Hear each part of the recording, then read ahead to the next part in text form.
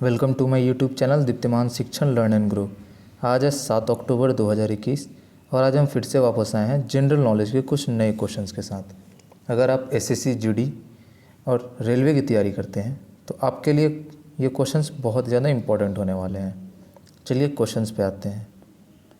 पहला क्वेश्चन है, रानी दुर्गावती किससे संबंधित है? ऑप्शन है पन्ना से, रीवा से, ग्वालियर से या जबलपुर से।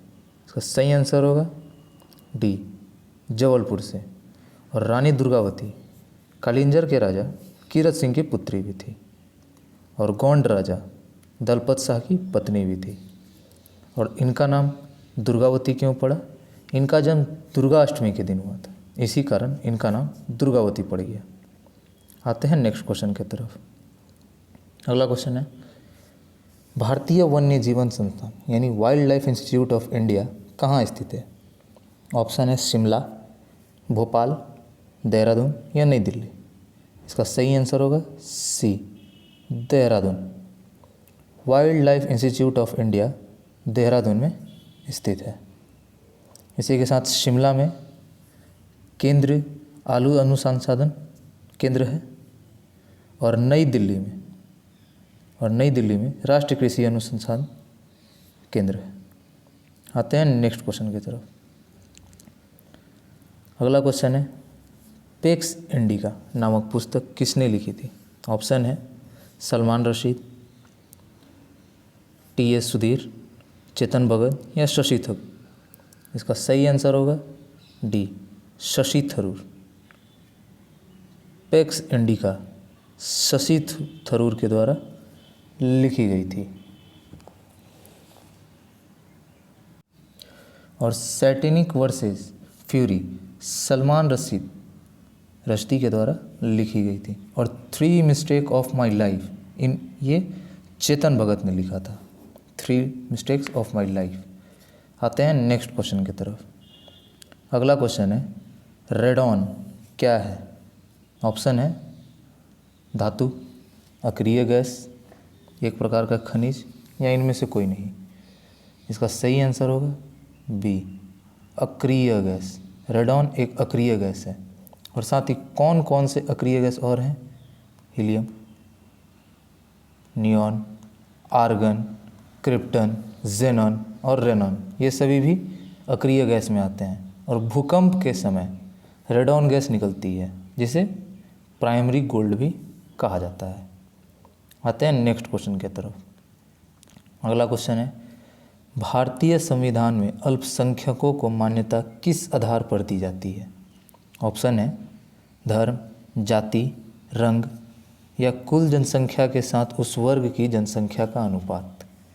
इसका सही आंसर होगा डी, भारतीय संविधान में अल्पसंख्यकों को मान्यता कुल जनसंख्या के साथ उनकी जनसंख्या में अनुपात के तौर पर दी जाती है। आते हैं नेक्स्ट क्वेश्चन की तरफ। अगला क्वेश्चन है, पाकिस्तान का उदय किस वर्ष हुआ था? ऑप्शन है 1946, 1948, 1945 या 1947। इसका सही आंसर होगा डी, 1947। और साथ ही 1971 में पाकिस्तान का पूर्वी हिस्सा बांग्लादेश के रूप में स्वतंत्र हो गया। यानी कि 1971 के पहले बांग्लादेश को पूर्वी पाकिस्तान कहा जाता था। और पाकिस्तान के प्रथम जनरल गवर्नर कौन थे? मोहम्मद अली जिन्ना पाकिस्तान के प्रथम गवर्नर जनरल थे। और लियाकत अली खान पाकिस्तान के प्रथम प्रधानमंत्री नियुक्त किए गए थे। और पाकिस्तान को 1956 में पहला संविधान बनाया गया था। आते हैं नेक्स्ट क्वेश्चन की तरफ। अगला क्वेश्चन है, बिहार केसरी उपनाम से किसे संबोधित किया जाता है? ऑप्शन है वीर कुंवर सिंह, अनुग्रह नारायण सिंह, डॉक्टर श्री कृष्ण या सच्चिदानंद सिन्हा। इसका सही आंसर होगा सी, डॉक्टर श्री कृष्ण सिंह। इन्हें बिहार केसरी के नाम से संबोधित किया जाता है। और बिहार के प्रथम मुख्यमंत्री श्री कृष्ण सिंह ही थे। आते हैं नेक्स्ट क्वेश्चन की तरफ। अगला क्वेश्चन है, गांधी जी ने व्यक्तिगत सत्याग्रह आंदोलन कब शुरू किया था?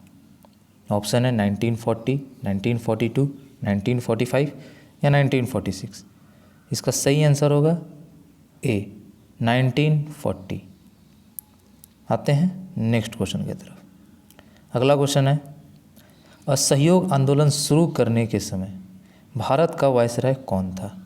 ऑप्शन है Lord Minto, Lord Chelmsford, Lord Curzon या लॉर्ड रीडिंग। इसका सही आंसर होगा B Lord Chelmsford. Lord Chelmsford असहयोग आंदोलन के समय भारत का वायसराय था। और लॉर्ड चेम्सफोर्ड 1916 से 1921 के समय जालियांवाला बाग हत्याकांड और रॉयल एक्ट और असहयोग आंदोलन के समय में लॉर्ड चेम्सफोर्ड ही था। आते हैं नेक्स्ट क्वेश्चन की तरफ। अगला क्वेश्चन है, प्रशासनिक अव्यवस्था के आधार पर डलहौजी ने निम्नलिखित में से किस प्रमुख राजा को अपनी ओर मिलाया? ऑप्शन है अवध, उड़ीसा, बर्मा या संयुक्त प्रांत। इसका सही आंसर होगा ए अवध।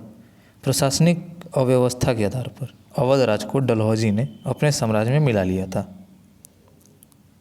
और उस समय वाजिद अली शाह अवध का नवाब था।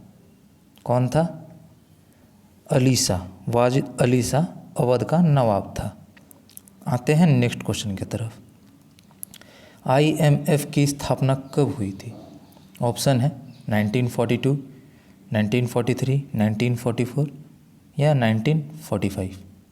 इसका सही आंसर होगा डी 1945। 1945 में IMF की स्थापना की गई थी और साथ ही 1945 में विश्व बैंक की भी स्थापना की गई थी। आते हैं अब नेक्स्ट क्वेश्चन की तरफ। अगला क्वेश्चन है, उर्वशी महाकाव्य किस महाकवि की रचना है? ऑप्शन है अयोध्या सिंह उपाध्याय यानी कि हरिऔध, रामधारी सिंह दिनकर, बालकृष्ण शर्मा यानी कि नवीन या सूर्यकांत त्रिपाठी निराला।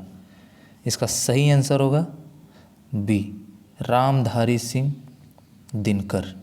उर्वशी महाकाव्य रामधारी सिंह दिनकर के द्वारा लिखी गई थी। और राष्ट्र कवि के रूप में दिनकर को भी जाना जाता था, यानी कि रामधारी सिंह दिनकर को राष्ट्र कवि के तौर पर जाना जाता था। और इनका जन्म कहाँ हुआ था? बिहार में, बिहार के बरौनी ज़िले में इनका। और उर्वशी की रचना कब गई थी? 1972 में। 1972 में उर्वशी के लिए रामधारी सिंह दिनकर को ज्ञानपीठ पुरस्कार से भी नवाजा गया था। इसी के साथ आज का सेशन समाप्त होता है। अगर आपको हमारा वीडियो ये पसंद आया हो तो इसे लाइक कर दें और चैनल पर नए हैं तो इसको सब्सक्राइब कर दें। जीके से रिलेटेड क्वेश्चंस हर रोज़ अपलोड किए जाते हैं। SSC GD और रेलवेज़ के रिलेटेड भी जीके क्वेश्चंस अपलोड किए जाते हैं। Thank you.